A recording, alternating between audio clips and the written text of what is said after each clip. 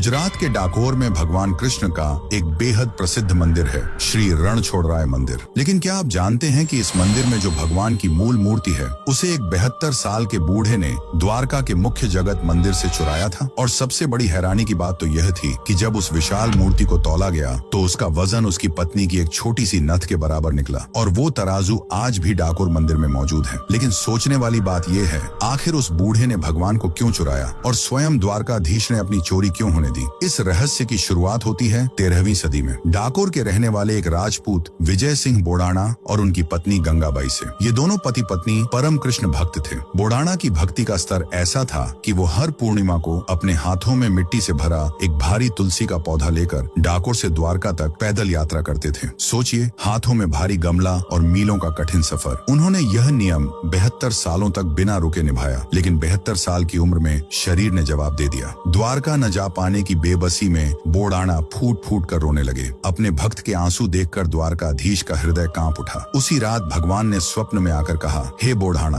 अब तुझे मेरे पास आने की जरूरत नहीं, तू बस बैलगाड़ी लेकर आ। तेरी इस भक्ति के लिए मैं खुद द्वारका छोड़कर तेरे साथ चलूंगा। बोडाणा अपनी बैलगाड़ी लेकर द्वारका पहुंचे। आधी रात को द्वारकाधीश के मंदिर के भारी ताले अपने आप टूट गए। भगवान की विशाल मूर्ति खुद बैलगाड़ी में विराजमान हो गई। और रास्ते में जब बोडाणा थक गए तो खुद भगवान ने बैलगाड़ी हाँकते हुए डाकोर की राह ली। सुबह गर्भगृह खाली देखकर द्वारका के पुजारियों के होश उड़ गए। अपनी आजीविका छिनने के डर से वे मूर्ति ढूंढते हुए डाकोर जा पहुंचे। उन्हें आता देख बोडाणा घबरा गए और भगवान को सुरक्षित रखने के लिए तुरंत गोमती नदी के जल में छुपा दिया। लेकिन पुजारियों ने उन्हें पकड़ लिया। क्रोधित पुजारियों ने उस बूढ़े भक्त पर भाले से जोरदार वार कर दिया। लहूलुहान बोडाणा गोमती नदी के किनारे गिर पड़े। ये खबर सुनते ही उनकी पत्नी गंगाबाई भागते हुए वहां पहुंची। अपने अंतिम क्षणों में बोडाणा ने अपनी पत्नी की तरफ देखा और अपनी अंतिम सांसें लेते हुए कहा, गंगा, मेरे प्राण भले ही चले जाएं, लेकिन मेरे ठाकुर जी अब यहाँ से वापस द्वारका नहीं जाने चाहिए। यह कहकर बोडाणा ने भगवान की उसी छिपी हुई मूर्ति के पास अपने प्राण त्याग दिए। लेकिन पुजारियों का लालच और क्रोध शांत नहीं हुआ। उन्होंने शर्त रखी कि मूर्ति के बदले उसके वजन के बराबर सोना देना होगा। तब गरीब गंगाबाई ने पति का आखिरी वचन याद कर अपनी छोटी सी सोने की नथ तराजू पर रख दी। पुजारियों ने मजाक उड़ाया, पर तभी एक महाचमत्कार हुआ। भगवान की वो विशाल मूर्ति उस छोटी सी नथ के बराबर हल्की हो गई और तराजू के दोनों पलड़े बराबर हो गए। उस दिन भगवान ने दुनिया को दिखा दिया कि वो सोने चांदी के नहीं बल्कि सिर्फ सच्चे भाव और प्रेम के भूखे हैं। मथुरा में युद्ध का मैदान छोड़ने के कारण भगवान कृष्ण को रणछोड़ कहा गया था। लेकिन डाकोर में वो इसलिए रणछोड़राय कहलाए क्योंकि उन्होंने अपने एक सच्चे भक्त के प्रेम के लिए अपनी पूरी द्वारका नगरी ही छोड़ दी। जय रणछोड़राय।